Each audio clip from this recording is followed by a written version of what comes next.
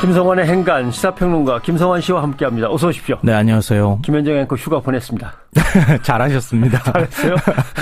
좀 쉬어가면서 해야 되는데 쉬지도 못하고 계속 일을 했으니까. 나이 든 저도 쉬어야 됩니다. 맞습니다. 예. 아무튼 오늘 뒤집어볼 뉴스 행간은 뭡니까? 주말 사이 베를린에서 낭보가 날아들었죠. 예. 이 영화배우 김민희 씨의 베를린 국제영화제 여우주연상 수상 소식이었는데요. 이 홍상수 감독의 영화 밤의 해변에서 혼자에서 여배우 영희 역할을 맡았습니다. 근데 또 하필이면 유부남 영화 감독을 사랑하는 여배우 역할이어서 이게 또 더 큰 화제가 되고 있는데요. 이 김민희의 베를린 영화제 여우주연상 수상, 이 뉴스의 행간을 좀 살펴볼까 합니다. 네, 반가운 소식이죠. 세계적인 영화제에서 작품이 나름대로의 어떤 특별한 주목을 받는 경우는 있어도 연기상을 타는 게 쉬운 일이 아닌데 말이죠. 쉬운 일은 아니죠. 예. 그러니까 그동안에 우리나라에서 한 3번 정도 이렇게 이제 상을 받았는데요. 이게 많다고 해야 되나 적다고 해야 되나 사실 이게 좀 고민이던데 한국 영화의 위상이나 시장 규모 면으로 볼 때는 좀 적지 않은가 이런 생각이 좀 들어요. 예. 그러니까 첫 수상은 1987년이었는데요. 이때 저도 그냥 굉장히 기억이 많이 나는데 강수연 씨가 영화 씨바지로 베니스 영화제에서 여우주연상을 수상을 했었죠. 그렇죠. 예. 영화는 국내에서 큰 주목을 받지 못했는데 외국에서 또 상을 받았다고 해서 더 큰 주목을 받았었고요. 또 20년가량 굉장히 좀 잠잠하다가 2007년도에 전도연 씨가 칸 영화제에서 여우주연상을 받았습니다. 예. 이 영화 미량으로 받았기 때문에 굉장히 또 큰 화제가 됐었고요. 그리고 또 이제 10년 만에 김민희 씨가 베를린 영화제에서 여우주연상을 받았는데요. 이 흥미로운 점은 한국 배우들이 베니스, 칸, 베를린 여기서 딱 한 번씩 상을 받았다는 것도 흥미롭고. 약속이나 한 듯이 순서대로. 예. 그리고 남자 배우는 상복이 없다는 건데요. 혹시 여우주연상만 계속 받으니까 이게 남우주연상을 안 주는 거 아닌가 이렇게 생각하시는 분들이 있을지 모르겠는데 예. 있습니다. 이 베를린 영화제 남우주연상은 이 독일하고 노르웨이가 합작해서 만든 영화 이 헬레 네이테라고 하는 영화인데요. 이 영화에 출연한 게오르크 프리드리히가 받았습니다. 예. 우리 남자 배우들도 좀 분발을 해야 될 것 같습니다. 그거 참, 언젠간 또 소식이 들려올 거라고 생각하고. 우선, 이 영화 얘기 좀 합시다. 밤의 해변에서 혼자. 베를린 여우주연상의 이 영광을 아는 이 영화. 어떤 행간이 있습니까? 이 첫 번째 행간은 영화는 영화고 현실은 현실이다입니다. 이 김민희 씨가 열연한 영화 밤의 해변에서 혼자 이건 이제 유부남인 영화 감독하고 여배우가 사랑에 빠진다. 그렇죠. 또 그것 때문에 서로 힘들어하는 여배우의 심리를 그린 이런 영화인데요. 이 영화를 본 해외 감독이나 평단에서는 훌륭한 영화다 이러면서 박수갈채를 보내는데 예술이 아닌 현실의 눈으로 보면 이게 좀 다른 시각으로 간다는 거죠. 평가가 굉장히 극과 극으로 엇갈리는 것 같습니다. 홍상수 감독과 김민희 씨는 다 아시다시피 불륜 스캔들에 지금 휩싸여 있는 상태잖아요. 그렇죠. 예. 홍 감독이 또 이혼 소송 중이라고 하는데요. 이 영화 스토리가 공교롭게 이 현실과 너무 딱 맞아 떨어지는 겁니다. 홍 감독은 자전적 영화를 만들 의도는 없었다 이렇게 부인은 하고 있지만 그렇다고 모든 감독이 또 자기 인생 스토리하고 전혀 다른 영화를 만드는 것도 아니잖아요. 네티즌들의 반응이 좀 굉장히 안 좋은데요. 기사마다 두 사람의 어떤 도덕성 이런 문제를 지적하거나 또 조롱을 하거나 비난하는 댓글이 막 줄을 이었습니다. 이 언론들도 수상 소식 그 자체보다는 불륜에 오히려 더 초점을 맞추는 거 아닌가 이런 생각이 드는데요. 김민희 씨가 수상 소감으로 사랑한다 이런 표현을 사용했는데 이걸 또 부각시키고 예. 또 손깍지를 끼면서 이렇게 손을 잡았다 이런 것들에 대해 주목한다거나 아니면 허리에 손을 만졌다든가 이런 스킨십이 오히려 더 주목을 하는 그런 모습도 보였습니다. 대통령을 보도할 때나 여배우를 보도할 때나 언론들의 시각은 참 비슷한 것 같아요. 또 그게 또 대중들의 관심이기도 하니까 네. 그런 거 아닌가 싶기도 한데요. 그러니까 영화는 영화고 현실의 평가는 아주 냉혹하다 이렇게 볼 수 있는데 보통 상 받으면은 귀국을 하게 되면 굉장히 국내에서 많은 이제 주목을 받게 되잖아요. 그렇죠. 근데 이번에는 국내에서 마음 놓고 축하 파티를 벌이지 못하는 거 아닐까 그런 생각도 듭니다. 아무튼 스캔들을 작품으로 정면 돌파 이런 제목도 있더군요. 기사 제목을 보니까. 예. 그러나 또 서구 사회에서 감독과 여배우의 불륜을 보는 스캔들을 보는 시각은 또 우리하고 많이 다를 수도 있고요. 다르죠, 사실은. 네. 또 어떤 행간이 있겠습니까? 두 번째 행간은 해외 영화제에서 찬사받았다고 해서 흥행 보증수표가 되는 건 아니다입니다. 아, 그렇죠. 네, 해외 영화제 수상작이라면 뭐 작품성은 인정받았다 이렇게 볼 수 있잖아요. 네. 그렇게 보면 국내에서 개봉하면 큰 흥행을 뭐 이룰 것이다 이렇게 생각을 하지만 그게 아닙니다. 대표적인 사람이 김기덕 감독인데요. 예. 내려온 작품마다 해외에서는 굉장히 큰 호평을 받잖아요. 그렇죠. 극찬을 받고. 예. 근데 국내보다 해외에서 훨씬 더 인기가 많습니다. 이 베니스 영화제 황금 사자상을 수상했던 피에타. 이게 관객가 한 100만 명은 넘었나요? 예. 한 1000만 관객 넘는 영화가 요즘 많은데 100만이면 너무 작잖아요. 이탈리아나 프랑스에서는 김기덕 감독이 나타났다 하면 술렁술렁합니다. 네, 맞아요. 예. 김 감독 스스로 국내보다 프랑스나 미국에서 흥행 스코어가 몇 배는 더 높다 이렇게 얘기를 할 정도인데요. 또 한국 영화 최초로 칸 영화제에서 심사위원상을 받은 박찬욱 감독의 영화 박쥐. 이것도 나중에 오히려 주목을 받았는데 이 처음 개봉했을 때는 흥행 참패였어요. 하하. 일주일 만에 막을 내렸거든요. 예. 또 강수현 씨한테 베니스 영화제 여우주연상 영광을 안겨줬던 씨바지. 이것도 사실 그때 개봉했을 때 제가 봤거든요. 근데 국내 관객 수가 겨우 17,000명이었습니다. 우리 둘이 봤는데도 17,000밖에 안 됐어요. 그중에 저희가 포함됐었던 건데요. 나중에 수상 소식이 들리고 난 다음에 다시 재개봉을 해서 굉장히 많은 분들이 다시 봤었죠. 그렇게 따지면 밤의 해변에서 혼자 이거는 어떨까? 이게 다음 달 그러니까 3월에 국내 개봉을 한다고 하는데요. 이 홍보사 관계자는 조차 이 낙관할 수만은 없는 상황이다 이렇게 얘기를 하고 있습니다. 또 사실 베를린 영화제는 대중적으로 상당히 재미있는 영화에 주는 게 아니고 제일 좀 딱딱한 예술 영화. 스타일의 이제 예술 영화들한테 주는 그런 영화제 성격인데 그래도 관심 갖고 좀 많이 봐주십시오. 우리 영화의 발전을 위해서. 네. 야, 자 행간이 더 있다면요? 마지막 세 번째 행간은 입이 있어도 할 말이 없다입니다. 좀 뜬금없는 얘기인 것 같으시죠? 박근혜 정부 들어서서 입이 닳도록 문화융성을 외쳤잖아요. 예. 박 대통령이 뭐 영화 열심히 또 보고 다니기도 했고 또 그래서 지원을 잘하고 있다 이렇게 생각을 했는데 블랙리스트가 딱 터지고 난 다음에 그게 아니었구나 이런 생각을 다 하게 됐습니다. 뭐 영화 배우나 영화 감독, 제작자 전부 다 불이익을 줬었다는 거 아닙니까? 그렇죠. 예. 그러니까 변호인이나 광해 같은 정권 입맛에 맞지 않는 영화 만들었다고 CJ그룹 이미경 부회장 찍어냈다. 또 외국 영화 제작하도록 압박했다. 이게 또 이제 검찰 수사로 드러나기도 했었고요. 특히 이제 부산국제영화제 거의 완전히 초토화됐다고 표현을 할 만큼. 그렇죠. 예, 세월호 참사를 다룬 영화 다이빙벨 상영한다고 해서 이게 이제 시작이 된 건데요.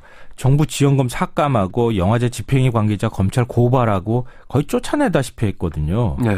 이런 황무지 속에서 김기덕, 박찬욱, 홍상수 이런 영화 감독들 그리고 또 배우들이 해외에서 찬사받는 영화 만들고 출연했다.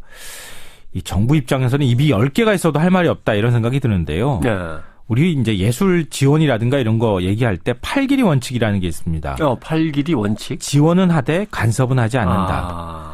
그러니까 문화정책은 간섭해서 되는 게 아니고요. 지원만 하고 간섭하지 않아야 한다. 그래야 문화융성이 된다. 그렇습니다. 이 사실 정치인들이 잊지 말아야 될 것 같습니다. 아무튼 박 대통령과 최순실 씨를 소재로 영화를 만들면 이게 문화융성에 크게 기여할 건데 그때 좀 다음 정권에서 만들 수 있지 않을까요?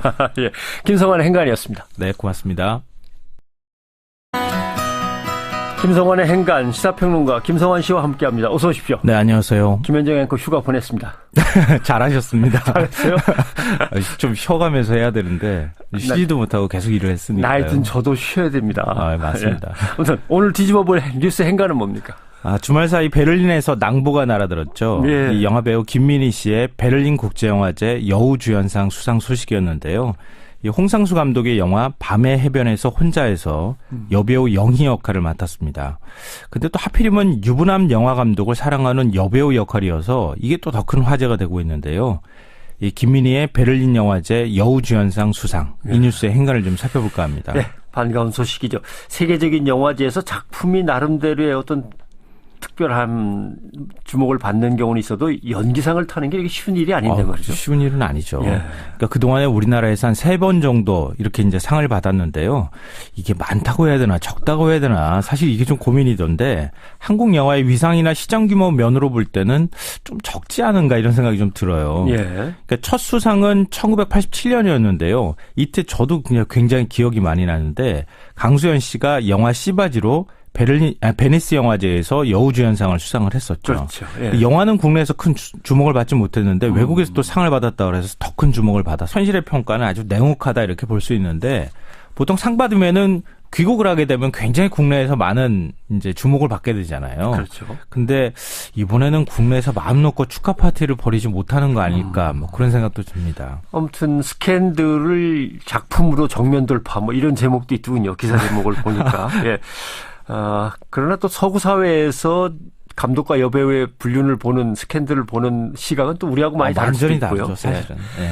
또 어떤 행간이 있겠습니까? 두 번째 행간은 해외 영화제에서 찬사받았다고 해서 흥행 보증수표가 되는 건 아니다입니다. 그렇죠. 네, 해외 영화제 수상작이라면 뭐 작품성은 인정받았다 이렇게 볼 수 있잖아요. 네. 그렇게 보면 국내에서 개봉하면 큰 흥행을 뭐 이룰 것이다 이렇게 생각을 하지만 그게 아닙니다. 대표적인 사람이 김기덕 감독인데요. 예. 내려온 작품마다 해외에서는 굉장히 큰 호평을 받잖아요. 그렇죠. 극찬을 받고. 예. 근데 국내보다 해외에서 훨씬 더 인기가 많습니다. 이 베니스 영화제 황금 사자상을 수상했던 피에타.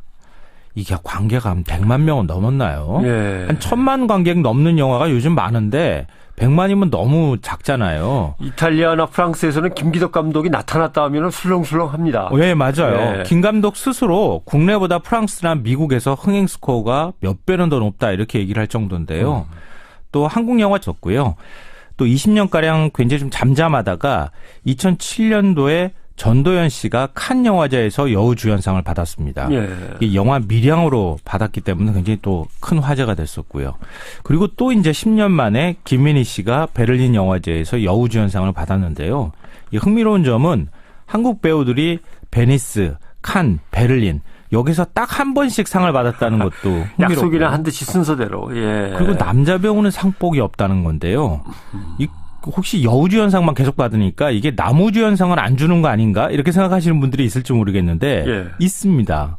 이 베를린 영화제 남우주연상은 이 독일하고 노르웨이가 합작해서 만든 영화 이 헬레 네이테라고 하는 영화인데요. 이 영화에 출연한 게오르크 프리드리히가 받았습니다. 예. 이거 우리 남자 배우들도 좀 분발을 해야 될 것 같습니다. 그거 참, 언젠간 또 소식이 들려올 거라고 생각하고. 우선, 이 영화 얘기 좀 합시다. 밤의 해변에서 혼자. 베를린 여우주연상의 이 영광을 아는 이 영화. 어떤 행간이 있습니까? 이 첫 번째 행간은 영화는 영화고 현실은 현실이다입니다.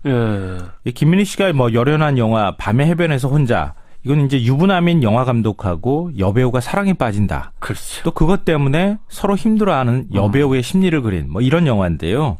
이 영화를 본 해외 감독이나 평단에서는 훌륭한 영화다 이러면서 박수갈채를 보내는데 예술이 아닌 현실의 눈으로 보면 이게 좀 다른 시각으로 간다는 거죠. 평가가 굉장히 극과 극으로 엇갈리는 것 같습니다.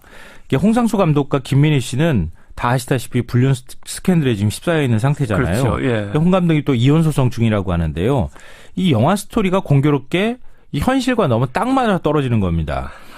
홍 감독은 자전적 영화를 만들 의도는 없었다 이렇게 부인은 하고 있지만 그렇다고 모든 감독이 또 자기 인생 스토리하고 전혀 다른 영화를 만드는 것도 아니잖아요.